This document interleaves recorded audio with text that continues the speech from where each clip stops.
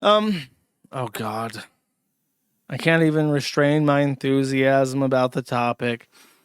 Aaron Imholt served his days in jail, and so when he got out of jail, to epically own him, the pedophile Patrick Melton decided that they would call up one of the inmates who was in jail at the same time as Aaron Imholt to try and get any hot goss.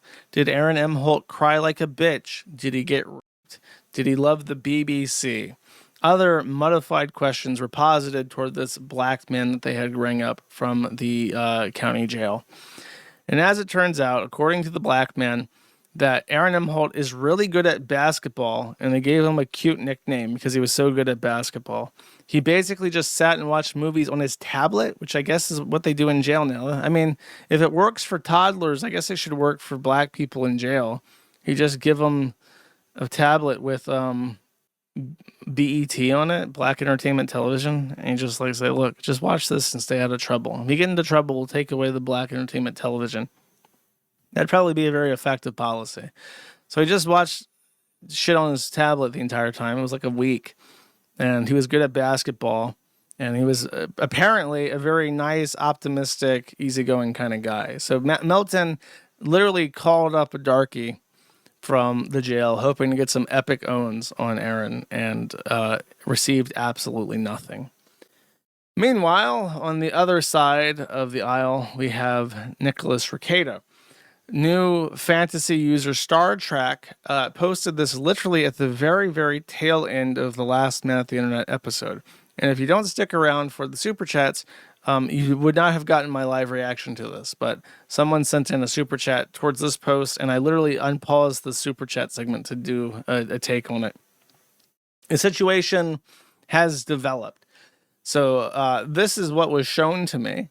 This is a picture from supposedly the inside of Ricada's closet, and I believe that has been confirmed by the Zillow pictures that we had found of the house a long time ago. It matched up very closely. There was some suspicion because it matched up so closely that perhaps this was an AI composite and it was not a real image. But I believe that in some way Rekieta had confirmed that this was not the case and that these are real photos. So I'll just read StarTrak's post and summarize it. Because I believe this is where Nick hides out just before a cuck session begins. Ethan Ralph, can you confirm this statement? Some here have wondered when the swinging began. As far as I know, it started after Kayla met Ian StarTrak Gamer more than one time. Let's take a step back to the beginning, how it started, before the term our wife could be confidently used. There was our fiancé.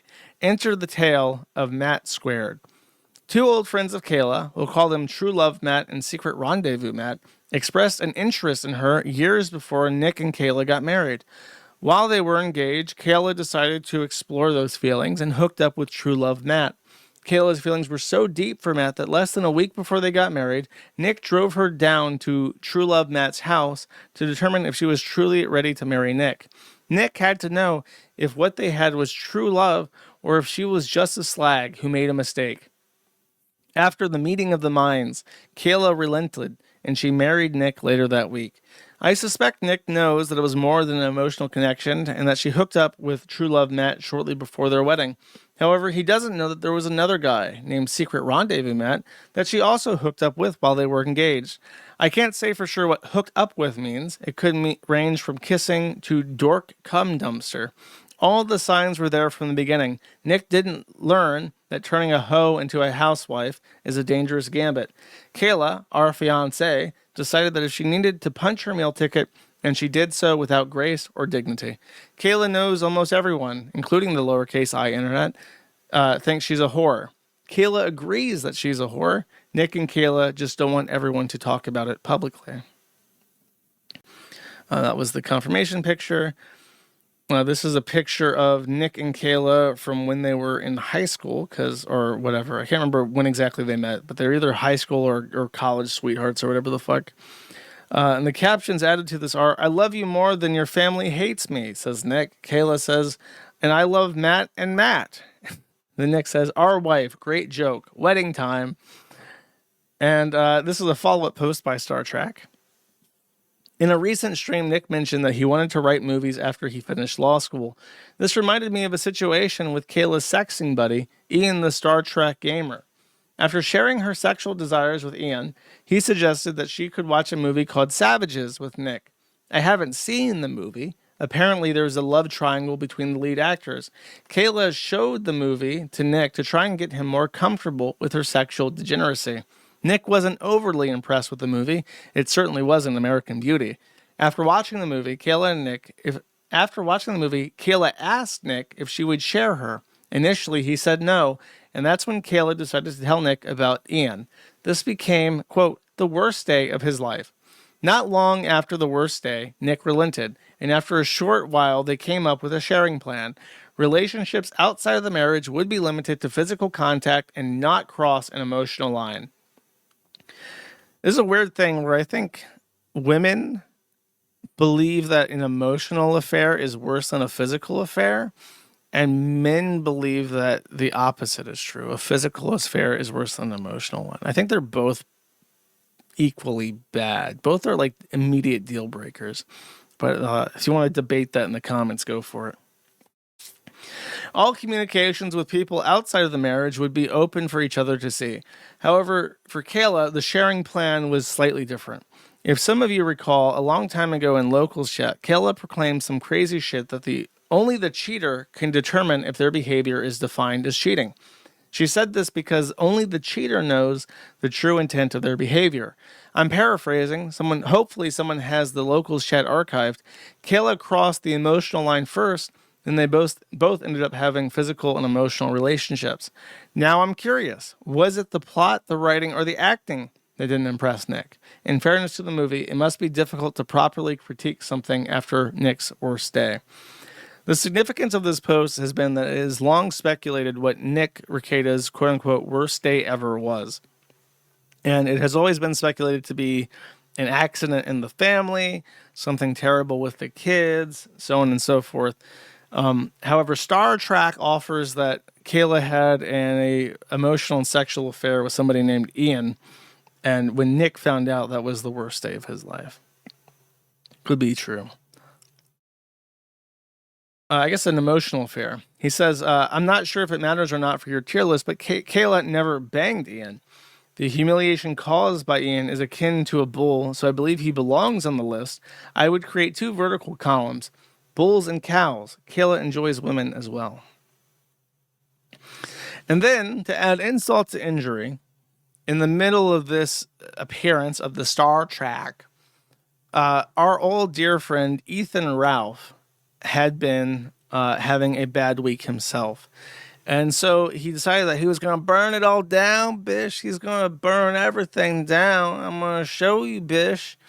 And so he shared his conversations on Twitter with Nick Rekieta. And it includes some photos. So here's Rekieta Law speaking to Ethan Ralph. Don't care. Miss this. Don't actually want anyone else. And that is a picture of April, not Kayla. He says, I do not blame you. When I saw her, I was like, whoa. Then, like I said, her personality is great. Her personality is great. He says, women hit me up nonstop these days. Married chicks, I'm out here accidentally landing. It's not great, Raffle. Yeah, it would be, lol. I can testify. They have pink coke as well. A kind of... Oh my God, let me get really close to my screen. Hold up. They have pink coke as well, kind of tootsie, which is like ketamine, MDMA, and other shit mixed in. They have like 3 or 4 kinds. The blue is the best. Rekieta Law responds to this deranged rambling of a drug addict by saying, yes. Oh no, this is a message from a different app he sends as a screenshot. He says, yes, sounds fun. I don't ask for much. I'm a lot of fun. I'm a fun guy. That's the rumor. That's him talking to a woman that wants an affair with him, I guess. Lamau, dude, I can only imagine. Bored married chicks, they heard all these stories, then they want to know. Then there's a picture of him with April, and he says, this was one of our last times together. She was fucking stunning. I didn't know that. I didn't bother to counter it because it's so dumb. That doesn't matter unless she didn't pose for it, maybe. Make it a little worse, but Faith posted. I don't know what it says after that. Now, I fucking miss her. I don't doubt that. She is really fun to be around and easy on the eyes. Haha. Her boyfriend won't let me see her for some reason. Handcuffing her. Lol. No idea why. Haha, yeah, that method doesn't work anyways. Don't ask me how I know. Even Ralph got cocked. And then Rekieta is sending a screenshot of April sending screenshots to him. So we're looking at we're looking at a stream of Ethan Ralph's Twitter DMs of Nick Rekieta sending him SMS messages that include a screenshot of Twitter, just so that we're clear about what level of hell I'm on, trying to squint and read this fucking image. So April Anderson sends him a message saying, haha, life is so perfect. Fuck that guy into the ground. I'm still hoping he thinks my black and white Insta post 3 posts ago was about him. If you happen to look at my Twitter, I am dead. It literally has nothing to do with you. It has to do with the meaning of weird low life in my life. But it's going to make for some great trolling. Keep living, baby. It's so good right now. I wish you could see me doing it. I guess this is Rekieta talking to her about how he's fucking with her boyfriend. That's awesome that she is doing good. I guess I could have sent that to myself. Oh, this was a long time ago. She wasn't doing well. Ha ha ha ha. Oh yeah, just showing that you weren't running it. I hope she is now. I fucking miss her. Everything we did was leather and cool. I used to have this 90s looking jacket that I love, but I can't wear it because I lost so much weight. Good problem though. Yeah, you've been killing it. I miss my dietary supplement. The Ralph that fights everyone in the dead sector is the one that is miserable. Every warrior needs to plow the fields we're looking for. What is that from? This is like a Discord message. Look, you coming at me over still having feelings for April or doing whippets isn't pleasant. People already think that shit anyways. My feelings for April are genuine, but just plain because life has probably permanently separated us. I'd like to move on, but it takes time. As for whippets, I don't do them anymore. It's the most destructive thing I've ever experienced. So this motherfucker is doing whippets. And he's a retard, and he completely none of those messages said anything about Kayla. He's just like, I sure do miss my old bang maid. I sure do miss living in squalor and doing drugs. Wow. Good job. Meanwhile, Ralph himself, his comeuppance for exposing this affair was that the A-logs hard at work found Linda Quintana, also known as Le Prostitute. Wait, no, that's French. The prostitute of Argentina. This is the woman that Ralph has at multiple times purported to be his girlfriend. But as a matter of fact, bitch, she's a dirty whore. This, by the way, is, I believe, I've decoded this message, okay? There's like a bang emoji and then like a coughing emoji. I believe this means that she fucks and sucks. And she at some point worked at Chuck's. This is supposedly an Argentinian bank account number. And then she says she only accepts transfers from this number. And then she has a ghost emoji, which Grok says is code for add me on Snapchat. So she is a literal prostitute that sucks and fucks. And you can add her on Snapchat, but you got to pay. And you got to pay Argentine pesos. This is the Grok thing about how it's an Argentinian number and how she takes money from it and how the ghost is a Snapchat icon. Someone confirmed that this was her because she is missing a tooth, and we had seen her teeth before and they were not that great. And also she has a mole because there was a blowjob video that somebody had found and it had a mole that matched with her as well. This is just them finding the images originally and proving that she's a prostitute.